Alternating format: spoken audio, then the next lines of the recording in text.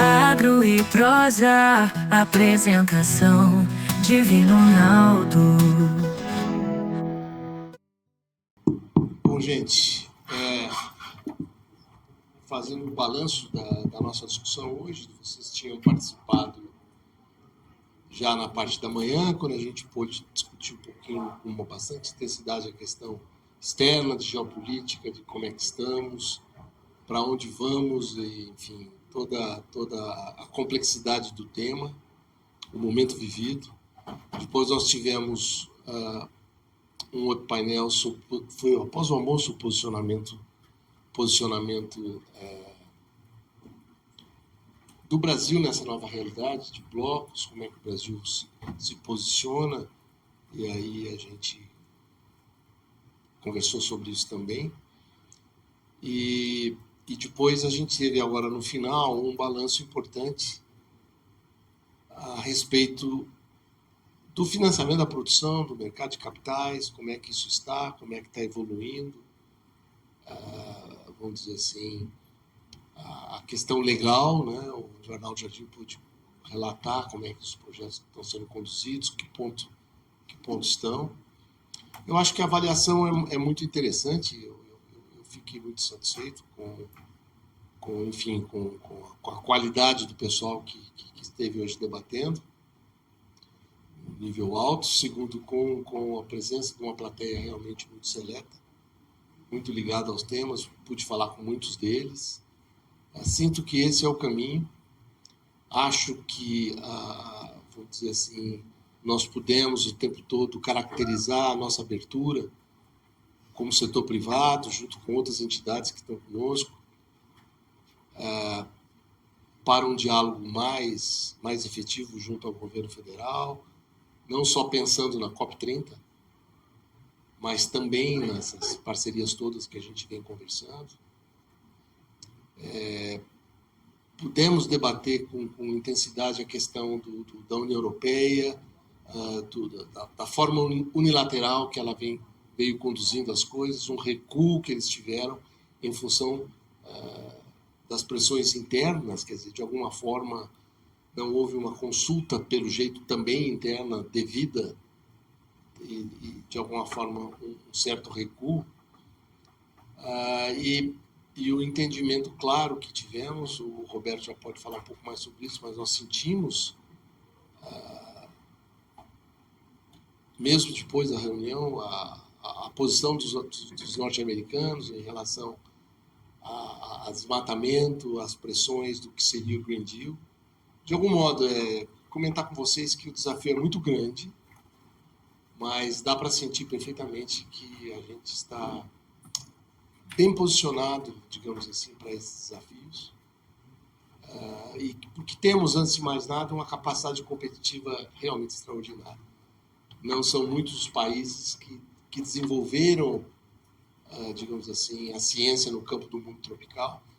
Hoje nós temos uma pegada de carbono que é muito menor do que todos os outros. Portanto, não só na produção de alimentos, mas de biocombustíveis. A gente pôde desenvolver, digamos assim, toda uma plataforma que vem crescente com relação à indústria automobilística. Vocês devem estar notando isso, quer dizer, empresas europeias que falavam até em sair do mercado de combustível, do motor de combustão interna, e que agora já jogaram isso para frente, mudou a data e vamos continuar, e o carro híbrido, enfim, as coisas vêm acontecendo, a lógica, digamos assim, de combustíveis renováveis para aviação aérea, para navegação. Tudo isso entra nessa conta, é um mercado que não tem fim. Por outro lado, a gente está percebendo também todo o movimento da indústria de combustíveis fósseis se realinhando, reposicionando, para que essa transição seja talvez um pouco mais longa do que aquilo que se falava inicialmente. Então, tudo isso está em jogo, e o importante é que a gente hoje se sente confortável em termos da nossa capacidade competitiva. Eu acho que isso é uma síntese que eu poderia fazer do dia de hoje. Também muito conversado sobre a questão da comunicação. A gente falou da comunicação interna, das narrativas externas, tudo isso vem sendo trabalhado.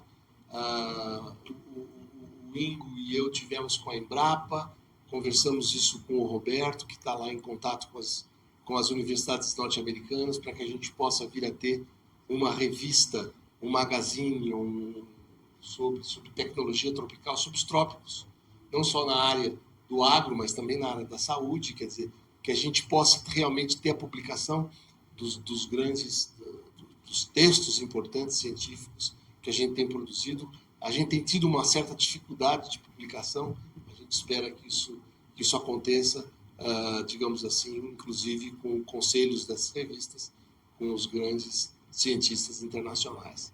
Acho que em síntese é isso. Ingo, o Roberto, vocês queriam complementar, por favor?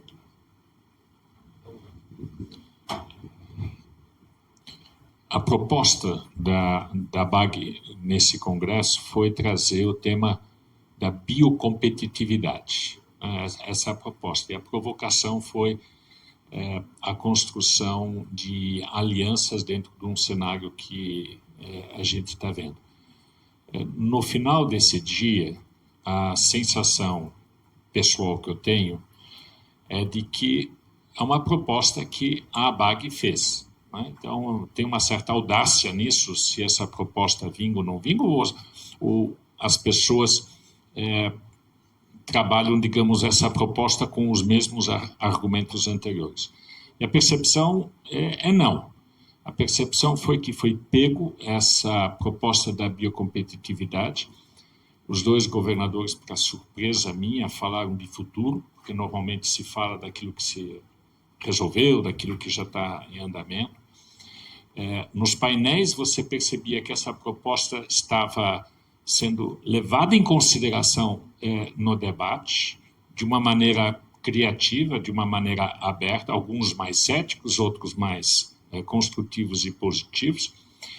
E o que eu reputo como muito interessante são as conversas que a gente tem fora dos painéis, né? Porque aí você percebe um pouco o que ocorreu. E as associações que participaram daqui vieram ao Caio, ao Roberto, à minha pessoa, e começaram a perguntar como é que a gente faz daqui para frente. Quer dizer, essa aliança, como é que nós vamos construir isso? A proposta, por exemplo, do deputado, no final, lançando o Pacto para a COP, ele foi muito efusivo nessa parte, né?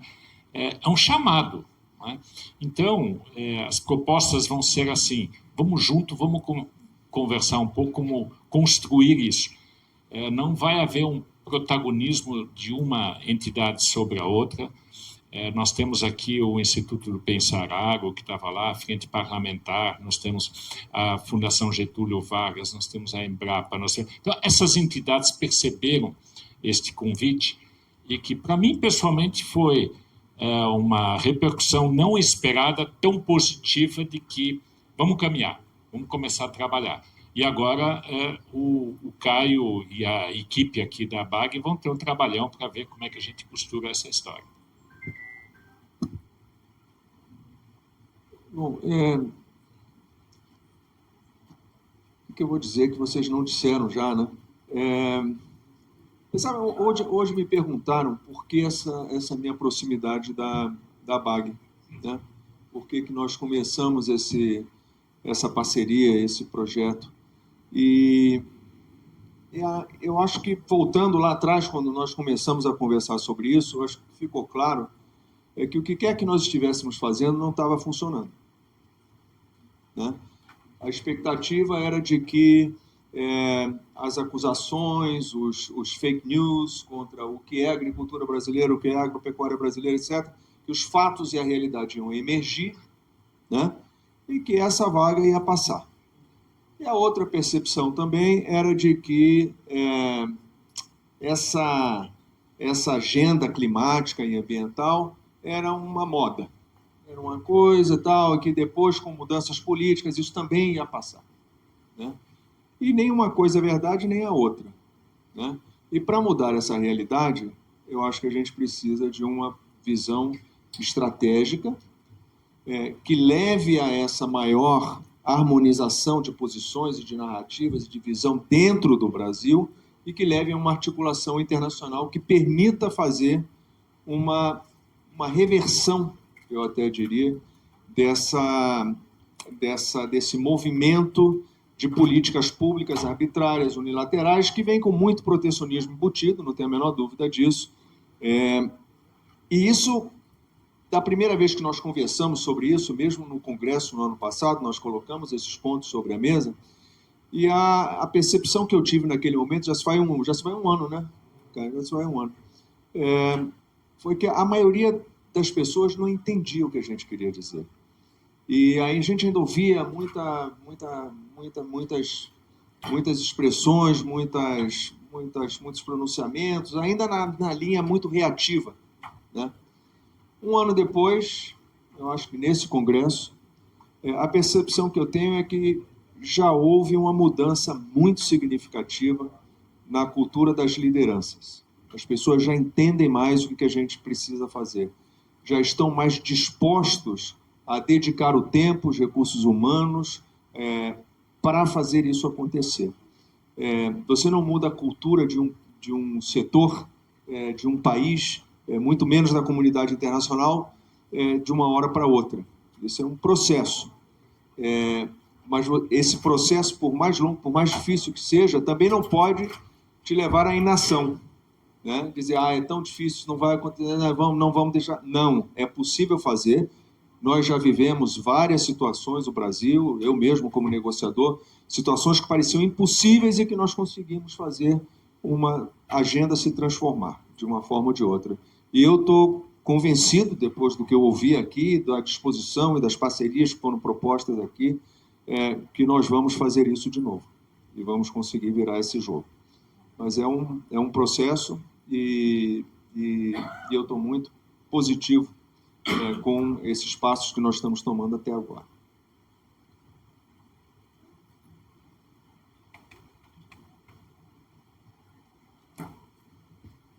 Meu nome é Walter Puga, eu sou da Portal R7 da Rede Record. Ficou claro nas palestras que nós tivemos aí, diante, que há dois discursos.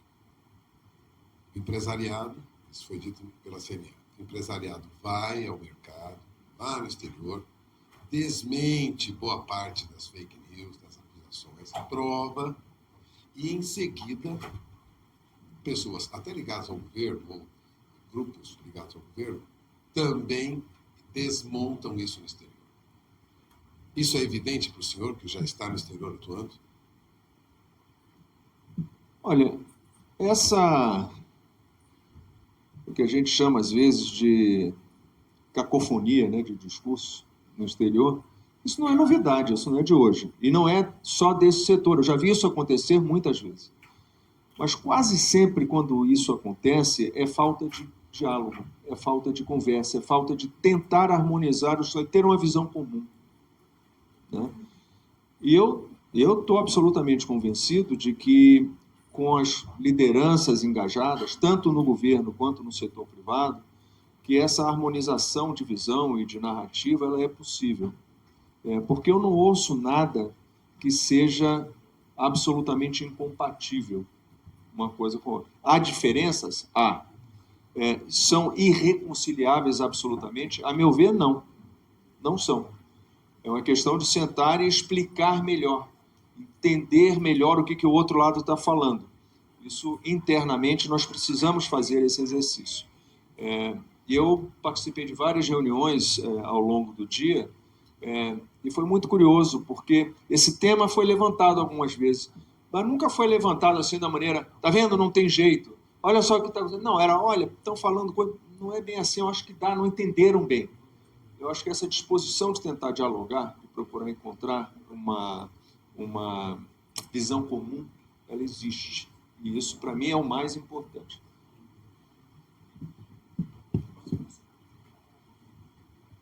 Boa noite, meu nome é Bruno Pavan, sou da Isto é Dinheiro Rural. Eu queria fazer duas perguntas, talvez. Acho que uma, eu queria retornar um pouco o ponto que foi na primeira entrevista com o embaixador, e também perguntar sobre a questão da eleição nos Estados Unidos, que a gente viu no primeiro mandato do Trump, teve algumas questões climáticas ali, saída do Acordo de Paris, os Estados Unidos, então eu queria saber o que isso pode significar para o Brasil. E aí, também falando sobre essa questão do ruído e também da polarização, eu queria saber como que vocês estão vendo o diálogo do setor com o Ministério do Meio Ambiente e até para a COP que vem aí. Obrigado.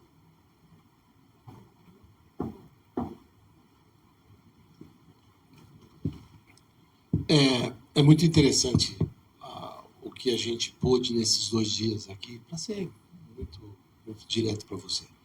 Nós tivemos uma longa conversa com o governo aqui representado e trocamos ideias e verificamos que a gente está absolutamente sintonizado, que é uma questão de organização das agendas e, digamos assim, do apoio que o próprio setor privado pode fazer para, digamos assim, eu não diria ajustar, mas para poder colocar o diálogo entre alguns ministérios do setor privado na mesma linha, seja para a COP30, seja para aquilo que a gente vai fazer em relação às coisas do G20, que estão bem encaminhadas, e o BRICS que vem amanhã, enfim, essa coisa toda. A gente percebeu que, vamos dizer assim, a gente conseguiu um upgrade, posso dizer assim, nesse diálogo. O que caberia a nós agora é, de fato, sermos mais proativos e marcando reuniões, que algumas já estão marcadas, né, Roberto? Agora, na semana, a gente já tem reuniões marcadas com ministérios importantes para essas questões. De tal forma que eu estou mais animado. Eu acho que a gente está encontrando um caminho técnico de discussão. Nitidamente é uma discussão técnica que tem que ser feita para que a gente possa conduzir um posicionamento não só pensando na COP30, que o Brasil é vitrine nessas discussões todas, mas também no dia a dia dos contatos que a gente vai perceber das lideranças do hemisfério norte em relação a temas que interessam a nós também. Boa noite.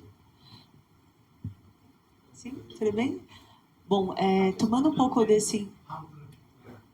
Só para complementar a resposta dele. Esse tema foi levantado, né? É levantado com frequência. Então, essas mudanças de orientação política no topo vão acontecer sempre, né? Nos Estados Unidos, depois na União Europeia, teve as votações agora, daqui a 3 anos vai ter votação em algum outro lugar e essa orientação política vai mudar. Isso é comum, faz parte do jogo, né? Eu, inclusive, como diplomata, ao longo da minha carreira diplomática, eu tive que servir a vários tipos de governos diferentes, com linhas, orientações, pensamentos diferentes. Mas certas coisas, elas são perenes, elas estão subjacentes a todo esse discurso. Você pode ouvir questionamento de vários aspectos dessa agenda. A minha percepção, e essa é uma percepção que eu fui desenvolvendo ao longo do meu período lá na OMC, depois já no ambiente corporativo e agora prestando consultoria na área financeira, é de que essa agenda não vai sumir. Ela não vai sumir. Você pode dar nuances diferentes, tonalidades diferentes, mas, como eu falei, inclusive no meu painel, o próprio setor privado, muito mais do que o governo, que o setor privado tem um objetivo muito claro: ou ele acerta, ou ele morre. Não tem eleição para o ano seguinte, não tem essa. Então, o setor privado não tem o luxo, não se pode se dar ao luxo de errar, né? E esse já apostou que essa é a agenda, essa agenda vai seguir. Então, haverá, sem dúvida, matizes, nuances, cores diferentes, mas eu não tenho a menor dúvida de que nós vamos ter que lidar com essa agenda e nos adaptar a essas mudanças de tonalidade. Eu acho que vão acontecer ao longo dos anos. Não vai ser a última, haverá várias outras. O importante da fala do Roberto, que a gente está notando, puxa vida, em pouco tempo a gente percebe isso, que é um processo. Ele está estabelecido, mas é um processo, que vai ter mudanças no caminho. Mas o norte está estabelecido sem recuo. mas um processo que vai levar, de repente, às vezes, para um outro caminho diferente. Mas é um processo que está aí. E o que eu falei há pouco, quer dizer, você torcer, cruzar os dedos e esperar que isso mude, não é a resposta. Isso claramente não é a resposta. Desculpa. Tava... Bom, primeiramente, parabenizar pelo painel magnífico. Bom, no cenário internacional, a gente vê, como bem disse nosso colega, esse tema da polarização. Na Rádio Agro Hoje, nós trouxemos hoje, inclusive, o tema da Coreia do Norte, da polarização, inclusive com a crise de mísseis balísticos com a Coreia do Sul, a polarização entre a Europa e a China, com a guerra, né, em relação ao tema dos carros elétricos. Então, gostaria de saber a opinião de vocês, como o Brasil deve se posicionar internacionalmente nessa polarização que a gente está verificando. E também, dentro do tema climático, né, um ponto bem importante, na Rádio Agro Hoje também nós trouxemos a Nova Zelândia retrocedendo em temas climáticos. Então, basicamente, inclusive, eles estão incentivando, né, o tema da mineração, retrocedendo em temas climáticos. A Europa também, com o tema das greves, né, dos agricultores. Eu morei ali na Holanda, presenciei pessoalmente a greve na Holanda.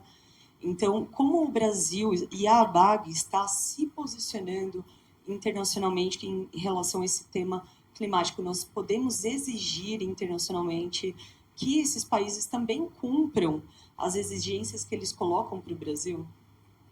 E vou passar aqui a palavra para o meu querido... Sim, tudo bem?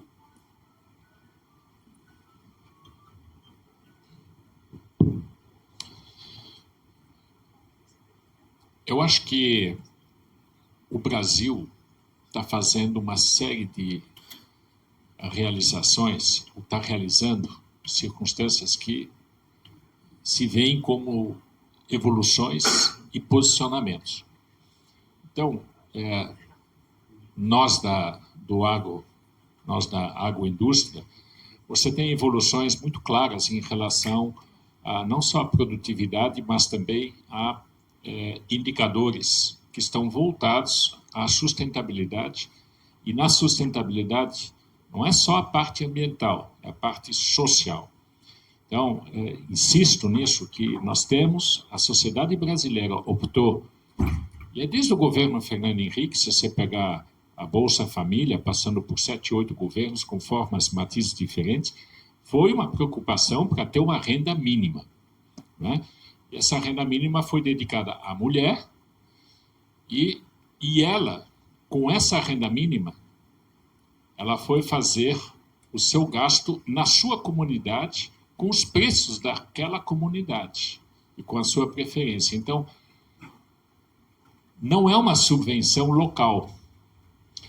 Este modelo fez, se vocês olharem as estatísticas do IBGE, com que essas regiões que mais tiveram o uso da Bolsa Família, um PIB, em média, entre 1% a 2% maior do que o PIB geral brasileiro, porque estimulou o comércio doméstico, dando renda, emprego e empreendedorismo. Eu sempre coloco emprego mais empreendedorismo. Então, é um modelo em que você ouve pouco a questão da evasão, porque o sistema, como ele é feito com o cartão de crédito, etc. e tal, ele é pouco suscetível à corrupção, né? E a identificação daquele cartão com algum governo é muito complicado, porque é a prefeitura que dá, então o Estado ou a União se aproveitarem disso também não necessariamente funciona. E veja só, há poucas semanas atrás, se lançou no Rio de Janeiro a Aliança Global contra a Pobreza e a Fome. E aí, para minha surpresa, o BID, CAF, Banco Mundial, começaram a se pronunciar de que isto é uma solução e o Brasil tem uma competência dentro desta parte. Aí veio uma outra tônica, que é a tributação dos ricos. Só que não fecha O que os governos vão fazer com essa tributação dos ricos? Não está fechada essa questão. Porque se ela for para o Tesouro Nacional, ninguém vai querer, certo?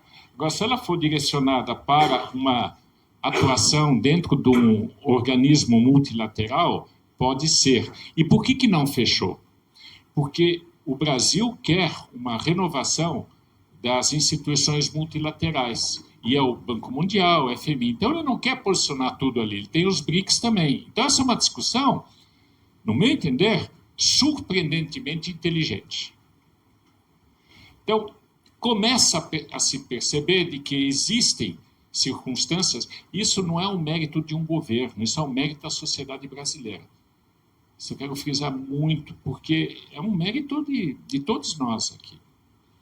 Então, quando você fala de uma questão climática, você vê, por exemplo, isso hoje foi relatado, nós temos ainda uma recuperação de entender o que está havendo no Brasil centro-oeste, socialmente. Quer dizer, a sociedade centro-oeste é uma nova sociedade, ela reage de uma maneira diferente, são jovens que estão liderando processos, são cidades pujantes.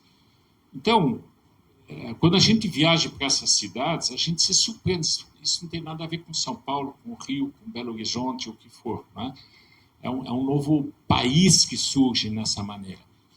E aí você ouve, por exemplo, aquilo que você está vendo que o agricultor de idade na Europa não sabe o que fazer com sua propriedade, não tem herança que queira fazer essa parte, ou nos Estados Unidos, e nós estamos entrando numa dinâmica completamente distinta. Então, essas realidades, elas estão aí. Então, nós, Brasil, temos que escutar mais nós mesmos e começarmos a fazer uma reflexão interna que isto é uma opção para o mundo também. Hoje, ouvi em 2 comentários, não tem nenhum problema a gente ter imigrantes que possam estar trabalhando. Vai na Europa falar isso, certo? Não, peraí, a questão dos imigrantes. Vai nos Estados Unidos falar. Esse não é um tema nosso, é um tema deles. Então, em muitas circunstâncias, se a gente entrar neste diálogo da nossa maneira, eles vão dizer, caramba, o que vocês estão fazendo? Como é que vocês estão fazendo? Quer dizer, pode ter ouvidos para coisas que a gente está resolvendo e a gente não está dando a mínima bola para isso. Então, com o Caio abrindo aquela... Eu vou ler 2 vezes seu discurso, viu? Porque, não, tem passagens lá dentro que são de reflexão. E o William Mack pegou aquilo também e trabalhou. E nos colocou em várias situações, né, Roberto? Bastante complicadas, apertadas lá. Mas são reflexões. Então, o convite também para vocês nos ajudarem. Porque essas reflexões, vocês também nos alimentam com as informações que vocês pegam, as interpretações que vocês pegam, né? De diversas formas. Isso está acontecendo. Eu não sei o quanto vocês conseguiram captar essas mensagens com as entrevistas que vocês fizeram, mas eu saio daqui muito mais animado de que essa perspectiva, de repente, começa a surgir entre nós. Então, quando a gente está falando com lideranças de outras associações, né, Caio, a gente começa a perceber, poxa, a gente podia estar fazendo isso, vamos conversar sobre aquilo. O que é? É o gancho do convite que começa a ser aceito. Desculpe me alongar muito. Eu só queria aproveitar e fazer um comentário com vocês. Vocês sabiam que em 3 a 4 anos o Índice de Desenvolvimento Humano, o IDH, do Centro-Oeste fica maior que o do Sudeste. Isso é para refletir. O que isso significa? Posso fazer uma? Eu?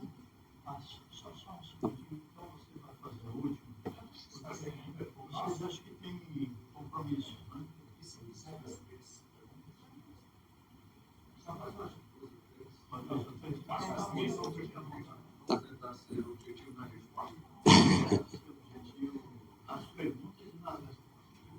Não, mas tá muito, é que está muito bom, Hélio. Quando a coisa está boa, aí a gente não quer que para, né?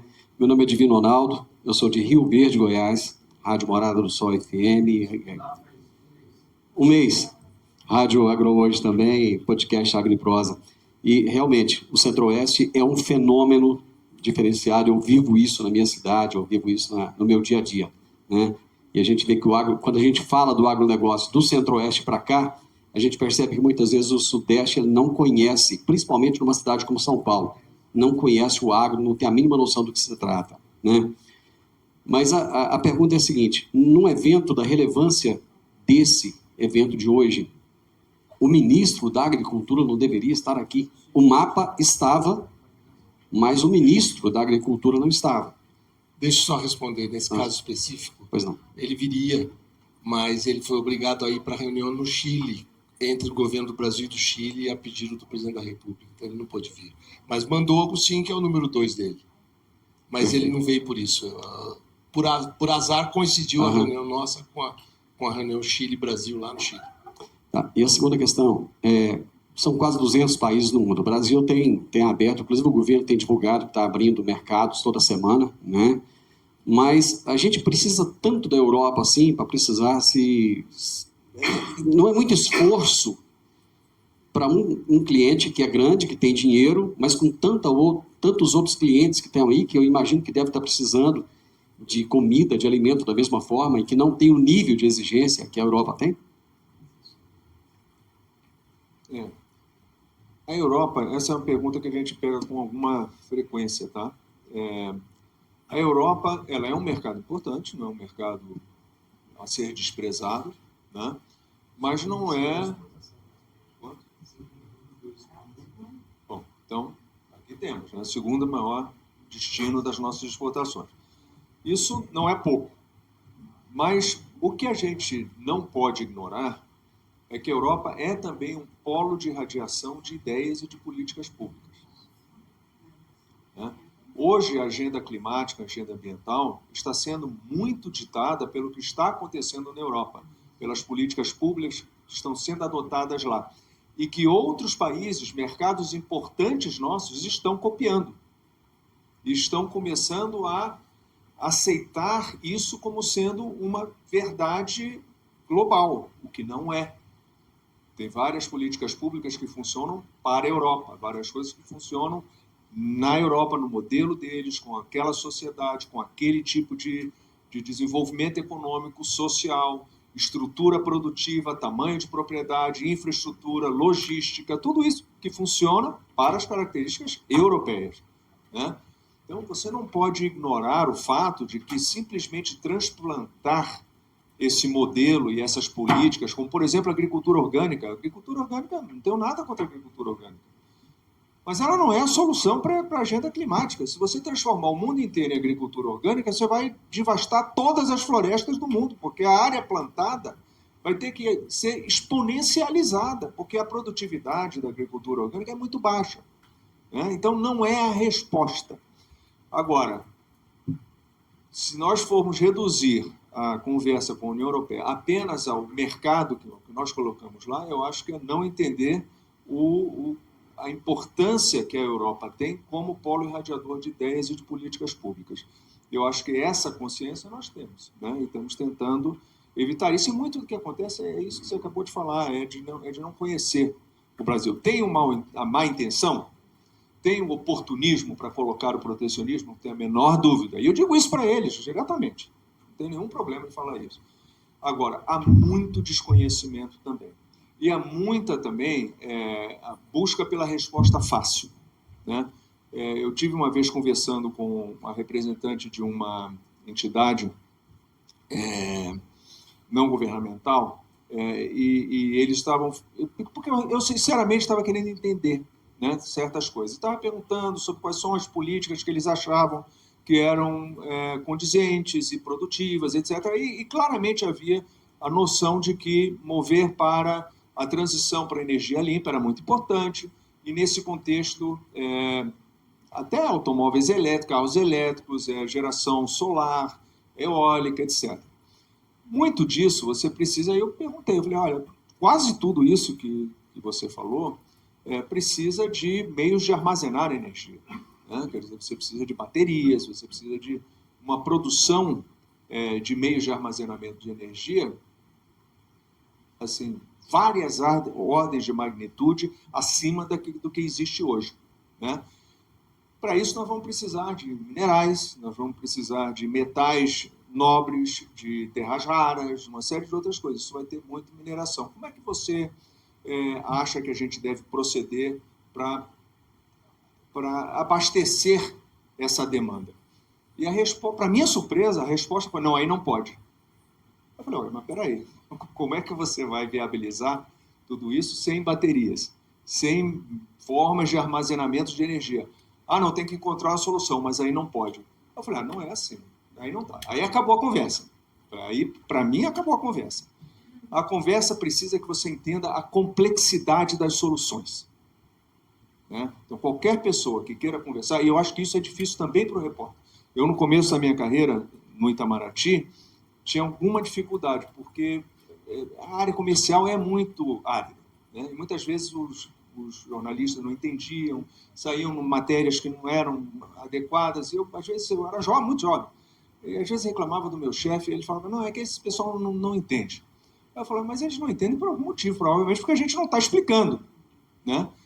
E aí tomei a decisão, muitas vezes correndo risco pessoal, né? De explicar, de sentar, explicar. E com o passar do tempo, eles foram melhorando muito, e o pessoal começou a cobrir de uma maneira muito mais aprofundada, muito mais correta, precisa do que antes.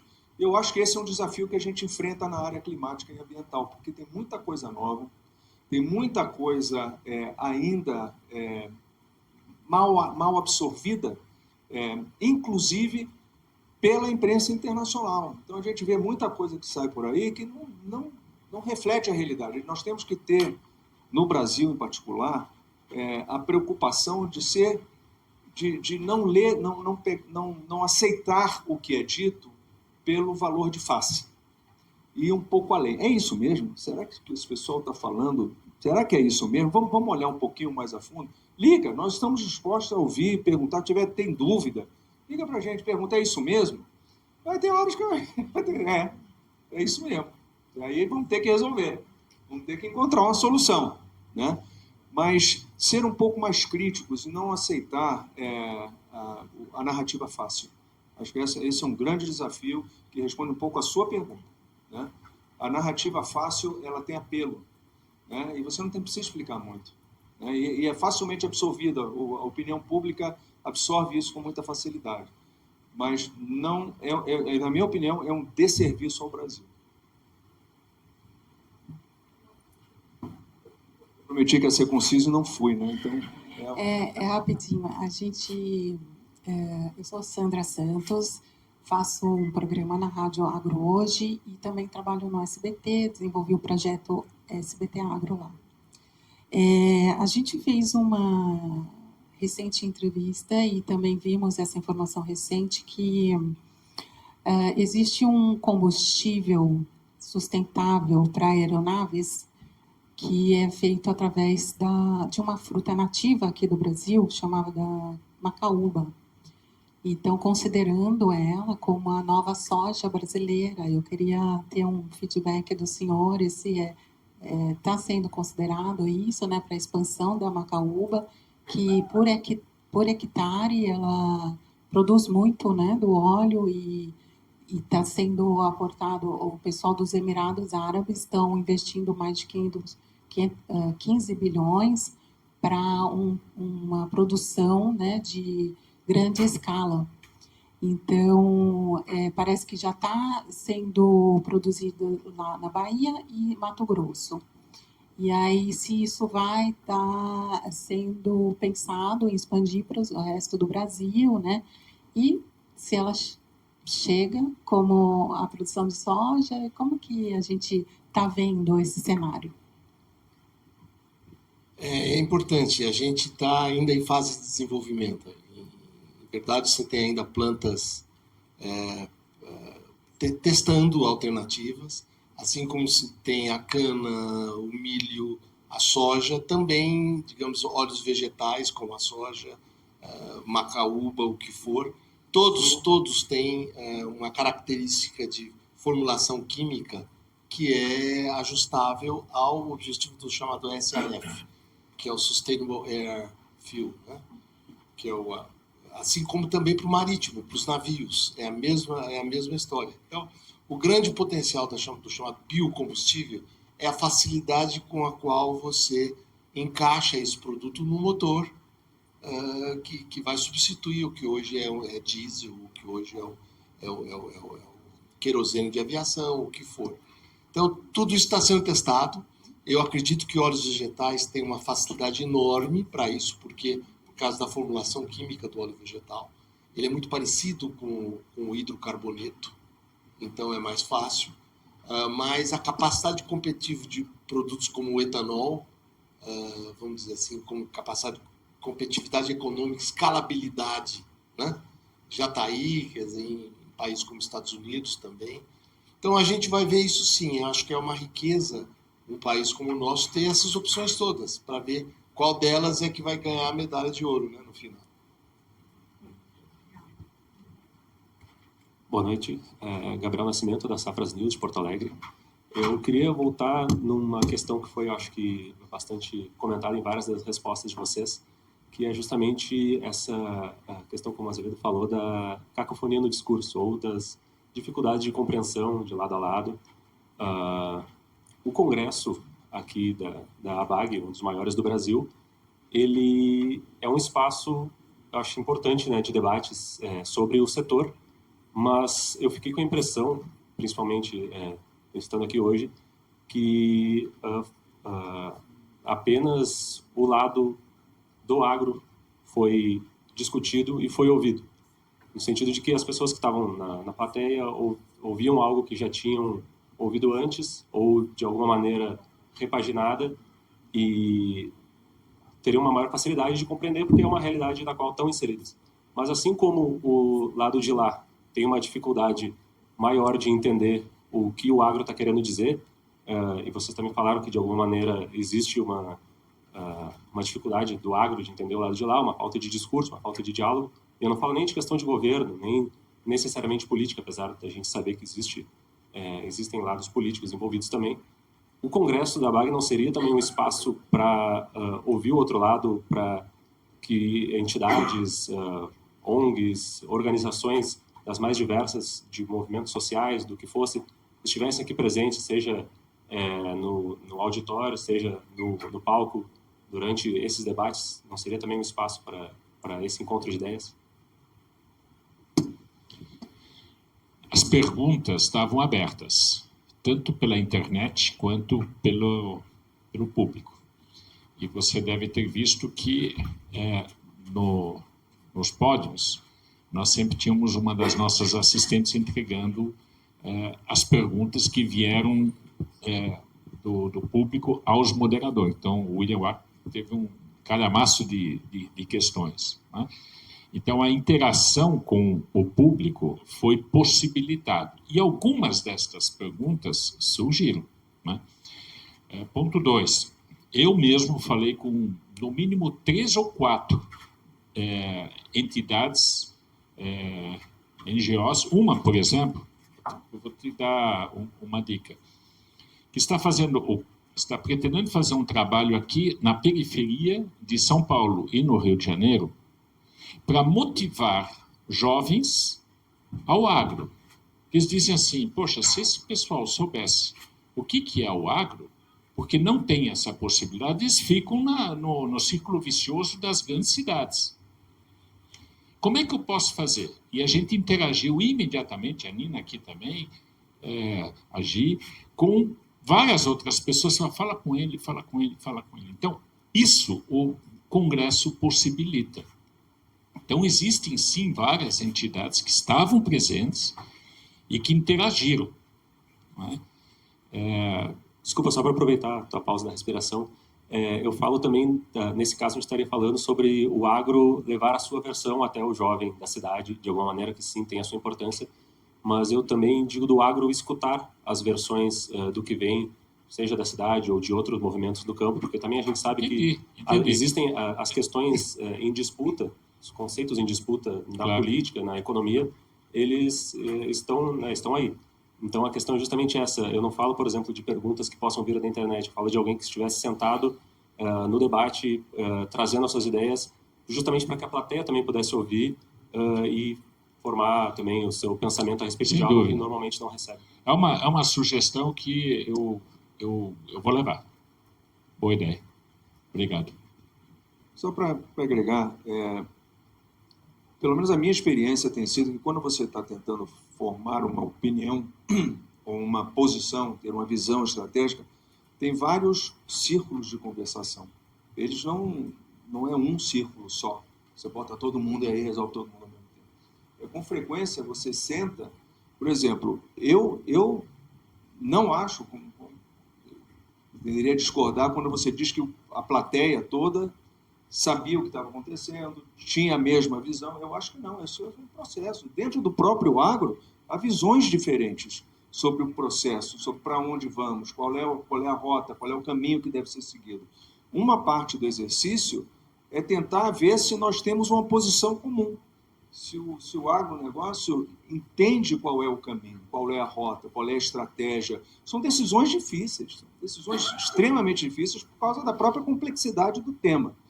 Então, eu não acho que você ter uma conversa onde o setor é majoritário dentro da conversa seja necessariamente tempo desperdiçado. Você está conversando, eu não estou tentando convencer ninguém. A gente está tentando ter uma discussão para ver qual é o caminho, para onde nós vamos, estamos todos de acordo, não estamos. Essa é uma parte importante da conversa, porque se você não tem essa narrativa mais ou menos coesa dentro do próprio setor, imagina fora. Aí você não vai ter mesmo. Então você terá 1000 oportunidades de ouvir também o pessoal de fora. Dizendo assim, não o congresso da ABAG, que é o maior do Brasil, do agronegócio, que outra oportunidade o setor teria de dialogar com o outro lado publicamente, não só em reuniões dentro do Congresso, do Senado, de suas representações, mas publicamente esse debate público acontecer de uma maneira bastante publicizada, divulgada. Olha, só fazendo uma contribuição. A gente participa de outros fóruns, né? Porque, como o Roberto bem colocou, esse é com um intuito mais estratégico, né? De pensar o futuro. Então, o setor tem que estar aqui coeso e entendendo o que está sendo essa discussão para poder realmente ter esse planejamento bem feito. Para que a gente possa levar isso já para outros públicos, a gente participa de outros fóruns. Nós temos reuniões constantes onde a gente participa da Coalizão Brasil, Clima, Floresta, Agricultura, onde lá está o agronegócio, está o meio ambiente, as ONGs, todos reunidos nessa discussão. Dessa forma, a gente consegue ver os temas que nós temos coesão e discutir aquilo que a gente realmente está imbuído no mesmo processo. Então, esse é um fórum. Estamos em conversa com a concertação. Então, são várias outras oportunidades, né, que a gente vem criando, indo nas universidades, fazendo parcerias, tentando fazer com que esta mensagem seja levada para outros públicos e sempre numa discussão proativa e que agregue, né? Então, esse talvez não seja realmente o ambiente onde a gente possa fazer isso. Mas sai daqui com essa mensagem coesa para que a gente consiga conversar, então, com as ONGs, conversar com outros públicos e, dessa forma, a gente levar a mensagem do agro realmente como ela tem que ser. Muito bem. São várias reuniões durante o ano, várias reuniões. Não só digamos assim, de um congresso, mas com diferentes ONGs em diferentes regiões, com diferentes empresas. Tudo isso é feito o ano todo, e inclusive com o governo. Obrigado. Senhores, olha só. Se a gente pudesse aqui hoje eleger, seria um presidente da República, outro do Senado, outro da Câmara e a Gisele aqui fazendo o judiciário, tá? Muito bom. Olha, Brasil Agro tem desafios que vão faltar a biocompetitividade desse setor. Eu vou elencar uns aqui que eu olhei a respeito hoje dentro do Congresso. Desafio climático, da comunicação, infraestrutura e logística, que é a ampliação dos ramais ferroviários e de transmissão de energia. Eu estava, semana passada, num evento de mudança climática, de conectividade, mão de obra, eu anotei aqui, energia, bioenergia, e de transmissão de energia, porque semana passada, vocês já disseram, eu estava num evento, eu sou da Climatempo, e eu sou colunista do SBT, e a gente discutiu muito lá a questão da transição energética através das linhas de transmissão, porque não adianta não ter linhas de transmissão, infraestrutura para essas linhas, e a gente não vai ter essa transição. Então, a gente tem aqui, eu elenquei vários desafios que a gente tem. Para a gente chegar na COP30 com essa construção da aliança, eu tenho certeza que nós vamos fazer essa construção a partir desse evento aqui. Mas eu quero saber qual desses primeiros aqui, desses primeiros desafios que a gente vai chegar na COP30 com parte deles resolvidos. Porque, assim, desafio, a gente é um país novo, a gente nem se compara com a Europa, a gente é um país novo. E eu acho que um país como o nosso, os desafios vão ser constantes. Não um país fique estagnado, mas eu queria saber de vocês quais vocês acham que chegando até lá é o que mais a gente vai nessa sinergia de conseguir resolver parte de todos esses desafios. Olha, eu ficaria super feliz se a gente conseguisse construir algumas visões em comum. Porque este é o maior desafio. Você só, no meu entender, consegue superar as suas dificuldades se no seu imaginário você pode projetar o Brasil como deveria ou poderia ser daqui a 5 ou 10 anos. Agora, cada um de nós pode ter um imaginário. Se a gente conseguir trabalhar esse imaginário para 5 ou 10 anos de uma maneira razoavelmente coerente, digo razoavelmente coerente, seria fenomenal. E aí o que o Roberto sempre defende é qualificar alguns princípios. Porque se você qualifica isso, é o mínimo denominador comum, e aí a gente marcha com todas as nossas diversidades, com os nossos diferentes pontos. Mas a nossa grande dificuldade, o Brasil é uma união de diversidades. Nós somos um espírito olímpico, lá você encontra tudo. Só que a gente quer demonstrar que dentro desse princípio olímpico existem regras. Né? Então, esse é o grande desafio. E, partindo de hoje, o gigantesco desafio é o que a gente consegue até a COP. Isso que o Caio comentou no final, diz assim, esse pacto para 30, o que a gente consegue? Tem que ter a vontade de muitos para chegar num imaginário razoavelmente comum. Qual é a parte mais arriscada? A gente não conseguir nada. E a COP vai ser o quê? Vai ser sobre a Amazônia, vai ser sobre árvores, vai ser sobre queimadas e ponto final. Cerrado e ponto final. E aí está cerrado. Né? E a gente está ferrado. Né? Então, agora, esse esforço vale a pena. Então, essa sensação. Agora, qual é o segundo momento que nos angustia? É a pressa. Nós temos pressa nessa coisa, nós temos pouco tempo. Então, para trabalhar esse imaginário, a gente tem que ter boa vontade, tem que ter essas lideranças conjugadas. Então, isso que a gente estava comentando agora nas entrelinhas, eu falei com A, falei com B, falei com C, acho que é legal, aquilo que você comentou, a gente consegue transmitir, certo? E essa pressa, ela tem que ser acompanhada por outras lideranças do que essas que estavam aqui hoje. Né? Então, nós temos que alcançá-las.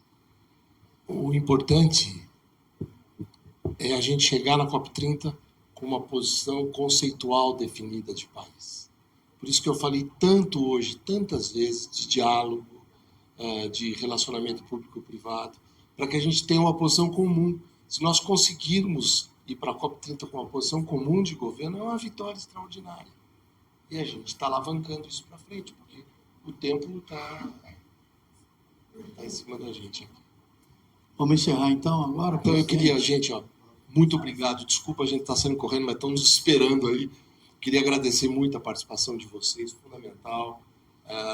Particularmente aqueles que vieram de longe. Muito obrigado de estar aqui conosco, passar o dia conosco, prestigiando esse congresso. Espero realmente que a gente possa ter atendido aquilo que vocês gostariam de ver. Muito obrigado, viu?